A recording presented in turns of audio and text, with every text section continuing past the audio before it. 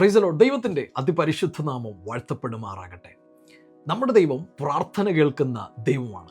ആ ദൈവത്തിൻ്റെ സന്നിധിയിലേക്ക് എത്ര ഭാരമേറിയ വിഷയവുമായി ഒരു മനുഷ്യൻ കടന്നു ചെന്ന് ദൈവത്തോട് ആ വിഷയങ്ങൾ പങ്കുവയ്ക്കുവാനും അവൻ്റെ ഹൃദയം ദൈവത്തിൻ്റെ സന്നിധിയിൽ അങ്ങ് പകരുവാനും വെള്ളമൊഴിക്കുന്നത് പോലെ ആ വിഷയത്തെ ദൈവത്തിൻ്റെ സന്നിധിയിലേക്ക് ഒഴിക്കുവാനും തയ്യാറാകുന്ന ആ വിഷയങ്ങളെ ഏറ്റെടുത്ത് അവന് വേണ്ടി അത്ഭുതം പ്രവർത്തിക്കുവാൻ ഇന്ന് പകലിലും എൻ്റെ ദൈവം സർവശക്തനാണ്.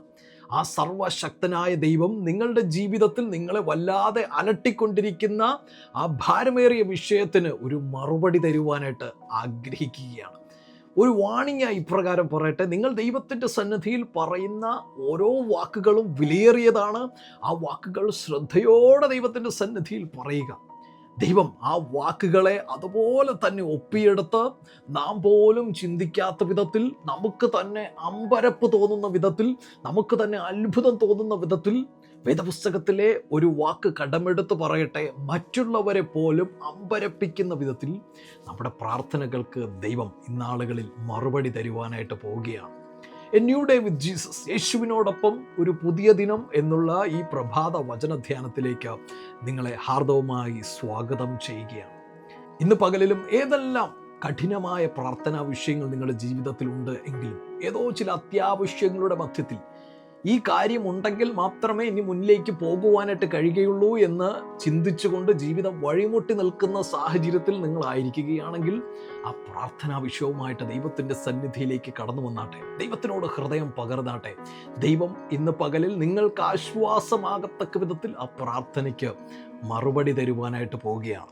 2 ദിനവൃത്താന്തം അതിൻ്റെ 1-ാം അധ്യായം നാം വായിക്കുമ്പോൾ അവിടെ ഇതാ ശലോമോൻ രാജാവ് ഇസ്രായേലിൻ്റെ രാജാവായി അവരോധിക്കപ്പെടുകയാണ്. ഇസ്രായേലിൻ്റെ രാജാവായി അവരോധിക്കപ്പെടുന്ന ശലോമോൻ രാജാവ് തനിക്ക് ദൈവത്തെ വേണമെങ്കിൽ അന്വേഷിക്കാതിരിക്കാം, അങ്ങനെ പല രാജാക്കന്മാരും ചെയ്തതായിട്ട് വേദപുസ്തകത്തിൽ നമുക്ക് കാണാം.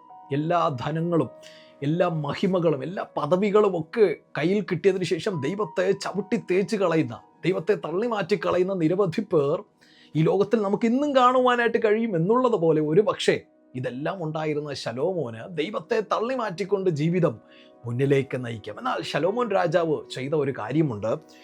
2 ദിനവൃത്താന്തം 1-ാം അധ്യായം അതിൻ്റെ 6-ാമത്തെ വചനം, ശലോമോൻ അവിടെ യഹോവയുടെ സന്നിധിയിൽ സമാഗമന കൂടാരത്തിലെ താമ്രയാഗ പീഠത്തിങ്കലേക്ക് ചെന്ന് അതിന്മേൽ 1000 ഹോമയാഗം കഴിച്ചു. ദൈവത്തിന് മനോഹരമായിട്ടുള്ള ഒരു ആരാധന കഴിക്കുന്ന ശലോമോൻ രാജാവിനെ നാം അവിടെ കാണുകയാണ്. തുടർന്നുള്ള ഭാഗങ്ങൾ വായിക്കുമ്പോൾ നമുക്ക് മനസ്സിലാകും, ഈ ആരാധന, ശലോമോൻ കഴിച്ച ഈ ആരാധന ദൈവത്തിന് ഇഷ്ടപ്പെടുകയാണ്. രാത്രിയിൽ ശലോമോൻ രാജാവിൻ്റെ അടുത്തേക്ക് കടന്നു വന്ന് ദൈവം ചോദിക്കുന്ന ചോദ്യം ഇതാണ്: ഞാൻ നിനക്ക് എന്തു ചെയ്തു തരയണം? ആ ഭാഗത്തിൽ നിന്ന് തന്നെ നമുക്ക് വായിക്കാം. 7-ാമത്തെ വചനം, അന്ന് രാത്രി ദൈവം ശലോമോന് പ്രത്യക്ഷനായി അവനോട്, ഞാൻ നിനക്ക് എന്തു തരയണം? ചോദിച്ചു കൊള്ളുക എന്ന് അരുളി ചെയ്തു. ഇന്ന് പകലിലും ഇതേ ചോദ്യം നിങ്ങളോട് ചോദിക്കുകയാണെങ്കിൽ പറയുവാൻ സ്പെസിഫിക് ആയിട്ടൊരു പ്രാർത്ഥനാ വിഷയമുണ്ടോ? അത് വളരെ വ്യക്തമായിട്ട് നമ്മുടെ മനസ്സിൽ ആ ഒരു ചിത്രമുണ്ടോ? എന്താണ് ദൈവം നിങ്ങൾക്ക് ഇന്ന് പകലിൽ ചെയ്യേണ്ടത്? ഒരിക്കൽ കൂടെ ആ ചോദ്യം ആവർത്തിക്കട്ടെ. ഞാൻ നിനക്ക് എന്തു തരയണം? ചോദിച്ചു കൊള്ളുക. ഇങ്ങനെ ഒരു പ്രാർത്ഥനാ വിഷയം ദൈവമേ എൻ്റെ കൈകളിലുണ്ട്, ഇതാണ് അവിടെ നിന്ന് എനിക്ക് ചെയ്തു തരേണ്ടത് എന്ന് പറയത്തക്ക വിധത്തിൽ നിങ്ങളുടെ കയ്യിൽ ഒരു ലിസ്റ്റ് ഉണ്ട് എങ്കിൽ, ഏതോ ചില പുസ്തകത്തിൻ്റെ താളുകളിൽ നിങ്ങളത് എഴുതിയിട്ടിട്ടുണ്ടെങ്കിൽ അതിനെല്ലാം ഒരുമിച്ച് ചേർത്ത് കർത്താവിൻ്റെ സന്നിധിയിലേക്ക് കൊണ്ടുവരുവാനായിട്ട് തയ്യാറാകുക. ശലോമോനോട് ദൈവം ചോദിച്ചതുപോലെ ഇന്ന് നിങ്ങളോട് ദൈവം ചോദിക്കുകയാണ്, നമ്മൾ ഓരോരുത്തരോടും ദൈവം ചോദിക്കുകയാണ്, ഞാൻ നിനക്ക് എന്ത് തരയണം? ചോദിച്ചു കൊള്ളുക. ശലോമോൻ പറഞ്ഞ മറുപടി വളരെ പ്രസക്തമാണ്. അതിൻ്റെ 10-ാമത്തെ വചനത്തിൽ ഇങ്ങനെ കാണുകയാണ്: ആകയാൽ ഈ ജനത്തിന് നായകനായിരിക്കേണ്ടതിന് എനിക്ക് ജ്ഞാനവും വിവേകവും തരയണമേ, അല്ലാതെ നിന്റെ ഈ വലിയ ജനത്തിന് ന്യായപാലനം ചെയ്യുവാൻ ആർക്ക് കഴിയും? തൻ്റെ ആൻസർ വളരെ സ്പഷ്ടമാണ്. തനിക്ക് വേണ്ടത് ജ്ഞാനവും വിവേകവുമാണ്. ജ്ഞാനവും വിവേകവും ഇല്ലാതെ ദൈവം ഏൽപ്പിച്ചിരിക്കുന്ന ഇസ്രായേൽ മക്കളെ മുൻപിലേക്ക് നയിക്കുക അസാധ്യമാണ് എന്നുള്ള തിരിച്ചറിവുണ്ടായിരുന്ന ശലോമോൻ ദൈവത്തോട് അങ്ങനെ തന്നെ ചോദിക്കുമ്പോൾ ദൈവത്തിന് തിരിച്ച് ശലോമോനോട് പറയുവാനായിട്ടുണ്ടായിരുന്ന മറുപടി ഇപ്രകാരമായിരുന്നു. 11-ാമത്തെ വചനം, അതിന് ദൈവം ശലോമോനോട്, ഇത് നിന്റെ താല്പര്യമായിരിക്കാലും ധനം, സമ്പത്ത്, മാനം, ശത്രുനിഗ്രഹം എന്നിവയോ ദീർഘായുസ്സോ ചോദിക്കാതെ ഞാൻ നിന്നെ രാജാവാക്കി വെച്ച എൻ്റെ ജനത്തിന് ന്യായപാലനം ചെയ്യേണ്ടതിന് ജ്ഞാനവും വിവേകവും ചോദിച്ചിരിക്കാലും ജ്ഞാനവും വിവേകവും നിനക്ക് നൽകിയിരിക്കുന്നു. ഇൻസ്റ്റൻ്റ് ആയിട്ടുള്ളൊരു മറുപടി ഇതാ ശലോമോൻ രാജാവിന് അവിടെ ലഭിക്കുകയാണ്. ദൈവം പറഞ്ഞ ഉത്തരം ശ്രദ്ധിക്കുക. ദൈവം പറയുകയാണ്, ധനം നീ ചോദിച്ചില്ല, ഓൾറെഡി നിൻ്റെ കയ്യിൽ ഒരുപാട് ധനമുണ്ട്, അതുകൊണ്ട് ദൈവമേ കുറെ കൂടെ ധനം തരണം, എനിക്ക് കുറച്ചുകൂടെ വേണം, കുറച്ചുകൂടെ ആർത്തിയുണ്ട് എന്നല്ല ദൈവത്തോട് ശലോമോൻ ചോദിക്കുന്നത്. സമ്പത്തല്ല ശലോമോൻ ദൈവത്തോട് ചോദിച്ചത്, കുറേ ധനം വേണമെന്നല്ല ദൈവത്തോട് താൻ ചോദിച്ചത്, കുറേ മാനം വേണമെന്നല്ല ദൈവത്തോട് ശലോമോൻ ചോദിച്ചത്, ശത്രു നിഗ്രഹം ഉണ്ടാകണമെന്നല്ല, എൻ്റെ ചുറ്റുമുള്ള ശത്രുക്കളെല്ലാം ഒരു ഭൂകമ്പത്തിൽ തകർന്നു പോകട്ടെ എന്നുമല്ല ദൈവത്തോട് ശലോമോൻ ചോദിച്ചത്. ദീർഘായുസ് പോലും ശലോമോൻ ദൈവത്തോട് ചോദിച്ചില്ല. പിന്നെയോ ഇന്നത്തെ എൻ്റെ ജീവിതം മുന്നിലേക്ക് കൊണ്ടുപോകുവാൻ, അവിടെ ഏൽപ്പിച്ചിരിക്കുന്ന ആ ഉത്തരവാദിത്വം പൂർത്തീകരിക്കുവാനായിട്ട് ഇന്നെനിക്ക് എന്താണോ ആവശ്യം അത് മാത്രം ശലോമോൻ ദൈവത്തോട് ചോദിക്കുവാനായിട്ട് തയ്യാറായപ്പോൾ എന്ത് സംഭവിച്ചു? ഇൻസ്റ്റൻ്റ് ആയിട്ടുള്ള ഒരു മറുപടി ദൈവം ശലോമോന് കൊടുക്കുകയാണ്. ദൈവം ശലോമോൻ എന്ത് ചോദിച്ചുവോ അത് മറുപടിയായി കൊടുത്തുകൊണ്ട് ശലോമോൻ്റെ ജീവിതത്തെ സമ്പുഷ്ടമാക്കി ദൈവം മാറ്റുകയാണ്. ഇന്നും ഇത് ചെയ്യുവാൻ എൻ്റെ ദൈവം സർവശക്തനാണ്. ഇനി കുറച്ചുകൂടെ ഡീറ്റെയിൽഡായിട്ട് ദൈവം കൊടുത്ത ആ പ്രാർത്ഥനയുടെ മനോഹാരിത കാണണമെങ്കിൽ നാം 9-ാമത്തെ അധ്യായത്തിലേക്ക് കടന്നു വരണം. 2 ദിനവൃത്താന്തം 9-ാമത്തെ അധ്യായത്തിലേക്ക് നാം കടന്നു വരുമ്പോൾ ഷേബ ദേശത്തുള്ള രാജ്ഞി ശലോമോനെ കാണുവാനായിട്ട് കുറേ സമ്മാനങ്ങളുമൊക്കെ ആയിട്ട് കടന്നു വരികയാണ്. അങ്ങനെ സമ്മാനങ്ങളുമൊക്കെ ആയിട്ട് ഷേബ രാജ്ഞി ശലോമോൻ്റെ അടുത്തേക്ക് കടന്നു വരുമ്പോൾ താൻ വെറുതെ അല്ല വന്നത്. ശലോമോൻ്റെ ജ്ഞാനത്തെക്കുറിച്ച് കേട്ടിട്ട്, ശലോമോന് ശരിക്കും ജ്ഞാനമുണ്ടോ, ശലോമോൻ്റെ ജ്ഞാനം ഈ കേട്ടതുപോലെ എത്ര വലുതാണോ എന്നൊക്കെ പരിശോധിക്കുവാൻ, പരീക്ഷിക്കുവാൻ ചില കഠിനമായിട്ടുള്ള ചോദ്യങ്ങളുമൊക്കെ ആയിട്ടാണ് ശലോമോൻ രാജാവിൻ്റെ അടുക്കലേക്ക് കടന്നു വരുന്നത്. അങ്ങനെ ശലോമോൻ്റെ അടുത്തേക്ക് കടന്നു വന്ന ആ കഠിനമായിട്ടുള്ള ചോദ്യങ്ങൾ ശലോമോൻ്റെ മുമ്പിലേക്ക് ഒന്നൊന്നായി വലിച്ചെറിയുമ്പോൾ ഷേബ രാജ്ഞിയെ ഞെട്ടിച്ചുകൊണ്ട് വളരെ ലഘുവായിട്ട് ആ കഠിനമായിട്ടുള്ള ചോദ്യങ്ങൾക്ക് ദൈവം നൽകിയ ജ്ഞാനവും വേഗവും മുഖാന്തരം ശലോമോൻ മനോഹരമായിട്ടുള്ള മറുപടികൾ ഷേബ രാജ്ഞിക്ക് കൊടുക്കുകയാണ്. അത് ഷേബ രാജ്ഞിയെ വല്ലാതെ അത്ഭുതപ്പെടുത്തി. എന്നാൽ അതിൻ്റെ 3-ാമത്തെയും 4-ാമത്തെയും വചനത്തിലേക്ക് വരുമ്പോൾ ഇങ്ങനെ നമുക്ക് വായിക്കുവാനായിട്ട് കഴിയും.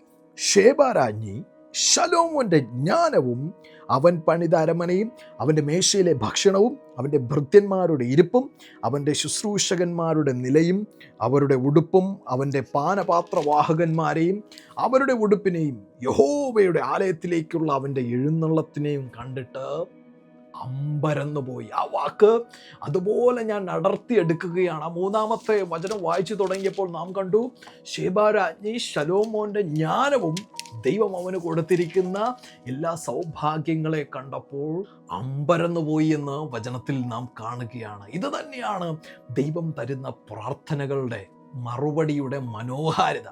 ദൈവപൈതലെ ശ്രദ്ധിക്കുക, നാം ദൈവസന്നിധിയിൽ പ്രാർത്ഥിക്കുന്നത് അതുപോലെ ശ്രദ്ധിക്കുന്ന ഒരു ദൈവമുണ്ട്. ഇന്നും ദൈവം നിങ്ങളോട് ചോദിക്കുകയാണ്, എന്താണ് നിങ്ങൾക്ക് ആവശ്യം?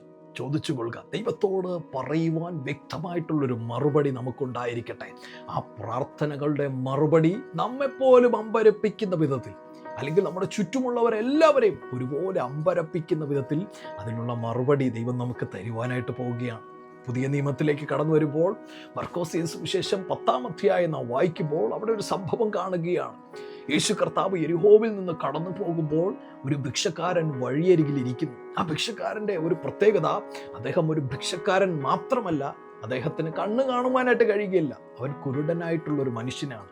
എന്നാൽ പ്രാർത്ഥനയ്ക്ക് മറുപടി കൊടുക്കുന്ന, നിലവിളിക്ക് മുൻപിൽ കടന്നു പോകാതെ നിലവിളി ശബ്ദം കേൾക്കുന്ന സർവശക്തനായ ദൈവപുത്രനായ നസ്രായനായ യേശു കർത്താവ് അതുവഴി കടന്നു പോകുന്നു എന്ന് മനസ്സിലാക്കിയ ആ കുരുടനായിട്ടുള്ള മനുഷ്യൻ താൻ മിണ്ടാതിരിക്കാതെ താൻ ഉച്ചത്തിൽ യേശുവേ എന്ന് വിളിക്കുവാനായിട്ട് തുടങ്ങി. നസ്രായനായ യേശുവേ, ദാവീദ് പുത്ര, എന്നോട് കരുണയുണ്ടാകണമേ എന്ന് താൻ ആവർത്തിച്ച് നിലവിളിച്ചു.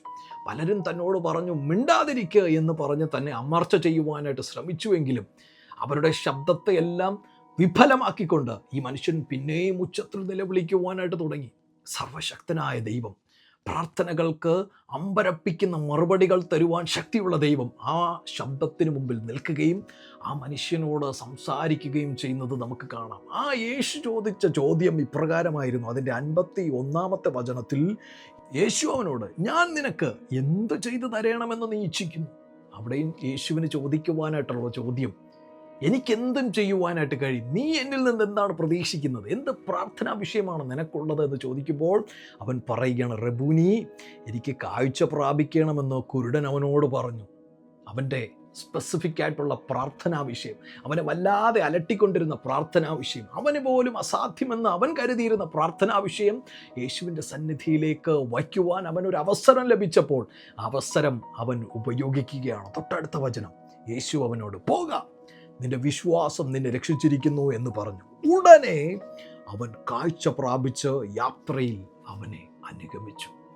അവന് പറയുവാനായിട്ടുണ്ടായിരുന്ന പ്രാർത്ഥനാ വിഷയം അവൻ ദൈവസന്നിധിയിൽ കൊണ്ടുവന്നു. ദൈവത്തോടവൻ അത് വാക്കുകളായി പറഞ്ഞു. തൊട്ടടുത്ത നിമിഷം ഇൻസ്റ്റൻ്റായിട്ട് അവനൊരു അത്ഭുതം പ്രാപിക്കുകയാണ്. നിങ്ങളുടെ പ്രാർത്ഥനാ വിഷയം എന്താണ്? ഒരിക്കൽ കൂടെ ചോദിക്കട്ടെ, എന്താണ് നിങ്ങളുടെ സ്പെസിഫിക് ആയിട്ടുള്ള പ്രാർത്ഥനാ വിഷയം? ഒരു പേപ്പറിൽ എഴുതി വെച്ചാട്ടെ, ദൈവസന്നിധിയിൽ മുട്ടുമടക്കിയാട്ടെ, അപ്പാ ഇതാണ് എൻ്റെ വിഷയമെന്ന് പറഞ്ഞ് അതിനുമേൽ കൈവച്ചൊന്ന് പ്രാർത്ഥിച്ചാട്ടെ. ദൈവത്തിങ്കൽ നിന്ന് വലിയ അത്ഭുതങ്ങൾ പ്രതീക്ഷിക്കുക. മറ്റുള്ളവരെ പോലും അമ്പരപ്പിക്കുന്ന വിധത്തിൽ നിങ്ങളുടെ പ്രാർത്ഥനകളുടെ മറുപടികൾ ഇന്നാളുകളിൽ കാണുവാനായിട്ട് പോവുകയാണ്. നിങ്ങൾക്കിനി ഒരു പ്രാർത്ഥനാ വിഷയം ഉണ്ട് എങ്കിൽ, പ്രാർത്ഥനാ സഹായം ആവശ്യമാണെങ്കിൽ ഈ വീഡിയോയുടെ താഴെ കമൻ്റായി രേഖപ്പെടുത്തിയാൽ ഒരുമിച്ച് നമുക്ക് പ്രാർത്ഥിക്കാം. ആ വിഷയത്തിന് മേൽ ദൈവം പരിഹാരം തരുവാനായിട്ട് പോവുകയാണ്. ദൈവം നമ്മളെ അനുഗ്രഹിക്കട്ടെ. ആമേൻ. God bless U.